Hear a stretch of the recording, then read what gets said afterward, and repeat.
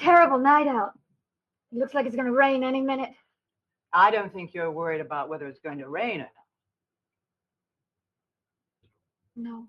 No, I'm not. Would you like to tell me what it is? It's really nothing. Sharlien, you never act this way unless something's bothering you. Many things must bother her, ma'am. She acts this way literally 3/4 of the time.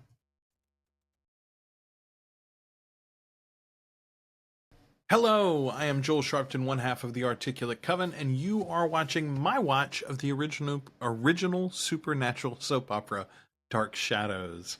Folks, we are up into the 90s. Episode 91 is before us. If you're watching this on YouTube, 92 is right around the corner for you, but you could go over to our Patreon, support us, $2 or more a month, get you access to everything we do early and ad-free, starting with, for you, probably several batches at this point of episodes. I'm working hard to get our patrons quite a bit further along for this Dark Shadows journey. For one thing, that helps me stay regular on the YouTube releases as well. Thanks to everybody who supports the show. Thanks to everybody who watches it and comments as well. Let's get into this one and find out what's happening with our newly befriended and beloved, except he drowned the cat, so maybe he's going to drown Victoria too. Victoria Winters and young David. Betty Hanscom, that's it. What's it? It's the name of the girl in the portrait at Sam Evans' house. She looked so much like me. Even Maggie said so. Do you think there might be some connection? There might be. This could be what I've been searching for. Okay, I am glad that we finally brought this back up. I meant to mention it a couple of episodes ago. Last episode, I think even, Vicky was talking about the fact that she hadn't learned anything at all about her past that she didn't already know, except she did. There's this painting that looked identical to her, basically. Betty Hanscom. All right, let's find out who this woman is. It might even tell me who I am. Decent cold open. Back to the central mystery. What was supposed to be our big storyline was going to be Victoria Winters discovering her parentage and how it connected to Collinwood. What does that prove? Well, don't you see? She and I look so much alike, so there must be some sort of a connection. Vicky, you mean you think she might be your mother?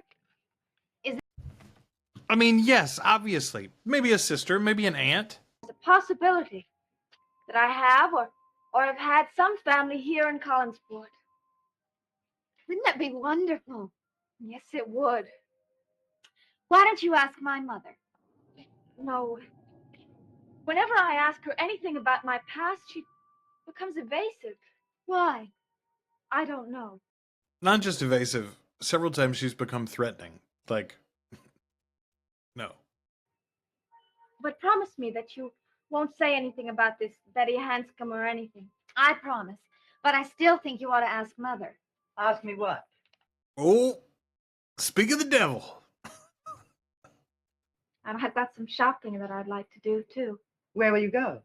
I thought I'd go to Bangor. It's the nearest place. We have friends there. I'm sure they'd be delighted to have you stay with them. Oh, no, thank you very much. But I'd rather stay in a hotel.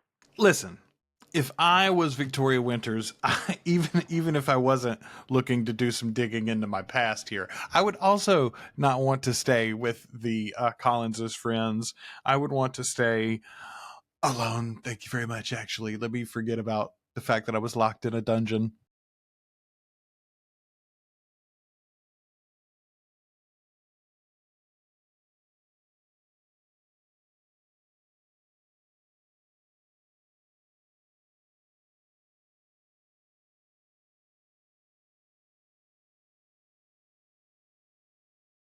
Very conveniently not Maggie Evans at the counter there. I think it's not Maggie Evans anyway. Let's see. Who have we had so far this episode? The two of them. We haven't seen David this episode, or we did? I think we did see David at the very beginning. And we've had Elizabeth. Would you order me some coffee? I want to go in the lobby and check the bus schedules. Sure, thanks. Susie, could we have a couple of cups of coffee? Are they gonna make Susie a real character? They've used that name now 2 or 3 times. Hello. Will you ring Mr. Devlin's room, please? I've never seen a phone there before. There's a payphone in the lobby. I've never seen that phone before in the restaurant. Did they just put that up there for this episode? I've only met Mr. Garner once, Mr. Richard Garner. He's a very nice old man. I'm sure if he can help you, he'll be glad to. We'll see what happens. Will you call and let me know? Either way. I mean, what is she hoping is going to happen here? She's going to walk into these people's lawyer's office and say, I found this ledger in the basement. It's not the basement. I found this ledger in the locked off part of the house where this woman named Betty Hanscom was paid. And I wonder if you'd tell me what she was paid for. I think she might be my mother. It's not the way the law works. You say you're going to Bangor today. How? By bus. Nonsense. I'm going there myself. Why don't you drive along with me? Oh, no. The bus will be along in a few minutes. I insist. Where's your luggage? No, really. No, I'm going there on business anyway. But Berg. Oh, now, you must know that business always comes before pleasure. I know, but I thought we might... Business first. Then pleasure. So, Miss Winters, where's your luggage so I can put it in my car? It's in Carolyn's car. I see. I'll have someone transfer it, if you've no objection. How can I?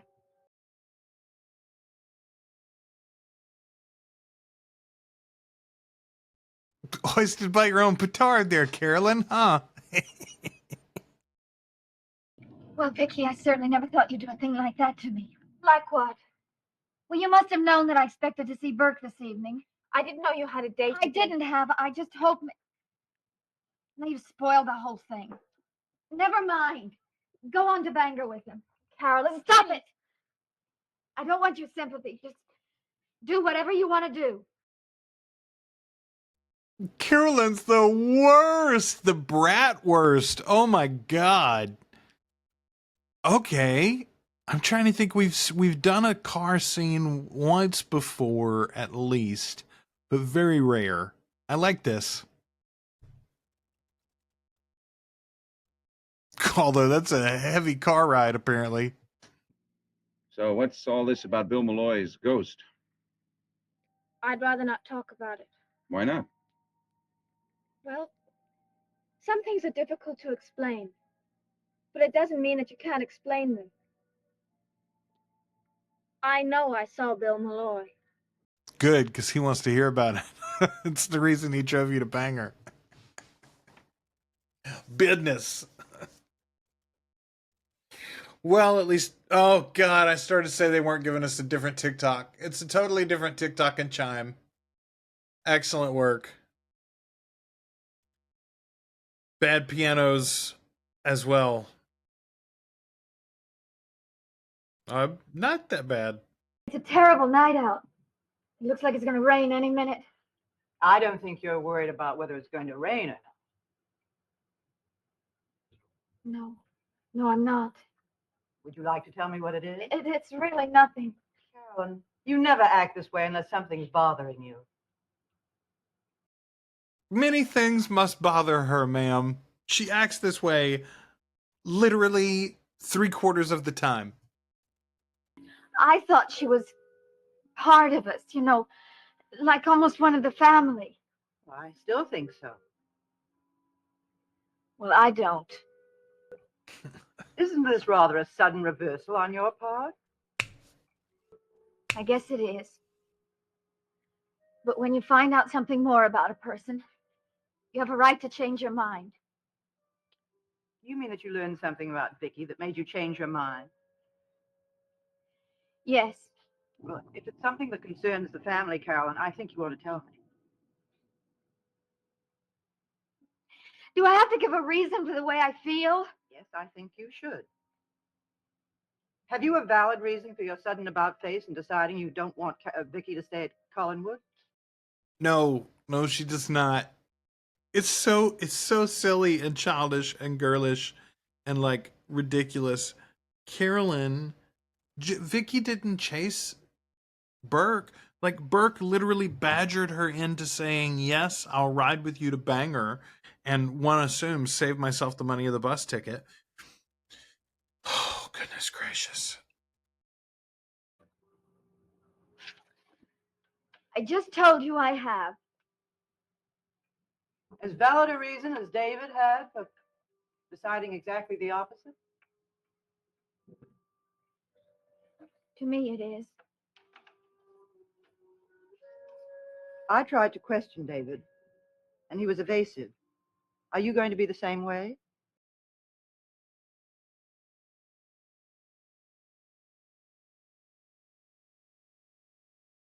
Yes. Yes, she is. I'm going to cry on your shoulder and pretend that I'm very upset. And I'm not going to tell you anything. Vicky is with Burke? That's what I said. I thought she went to Bangor for a few days. So did he. And he's driving her there. And right this minute, she's probably sitting in his car telling him everything she knows about the Collins family. So absurd. You were trying to be in the car with him. God. Carolyn's in the running with David for least liked member of the Collins family currently. And that's saying something since Roger is in their family too. Have you ever heard a song called What'll We Do with a Drunken Sailor? It's one of Bill's favorite songs. Well, this apparition, or whatever you want to call it, started out by singing that song. Then what? Then he warned me to leave Collinwood before I was killed the way he was. Bum, bum, bum. Bill Malloy told you he was killed? I don't know. Yeah, you do. Get out of there and run away as far and as fast as you can. I don't want to. No, of course you don't. You want to keep sticking your nose into other people's affairs until you can't pull it out. Says the fella that is literally actively trying to buy out all of the Collins' business interests so that you can leverage their home and take it as well. So, like, you know, don't maybe preach about minding people's business. You want to bury yourself, just like Roger, just like Sam Evans. Sometimes I think it would be simpler to end the whole thing by taking the two of them and banging their heads together. You don't mean that. I never meant anything more in my life. You couldn't. Couldn't I? Might even give me more pleasure than trying to ruin the Collins family. No matter how I do it, Vicky, you better pull your pretty little neck in before it gets snapped off along with the rest of it. Here's what's crazy. We just talked about how crazy Carolyn was for thinking that she's in the car pouring her heart out and everything she knows about the Collinses to Burke, but they are having a discussion about how to destroy the Collinses effectively. Burke's leading it, but still. We'll be in Bangor in a few minutes. Would you drop me off at the hotel? Sure. That'll be the safest landing you're going to have in a long time.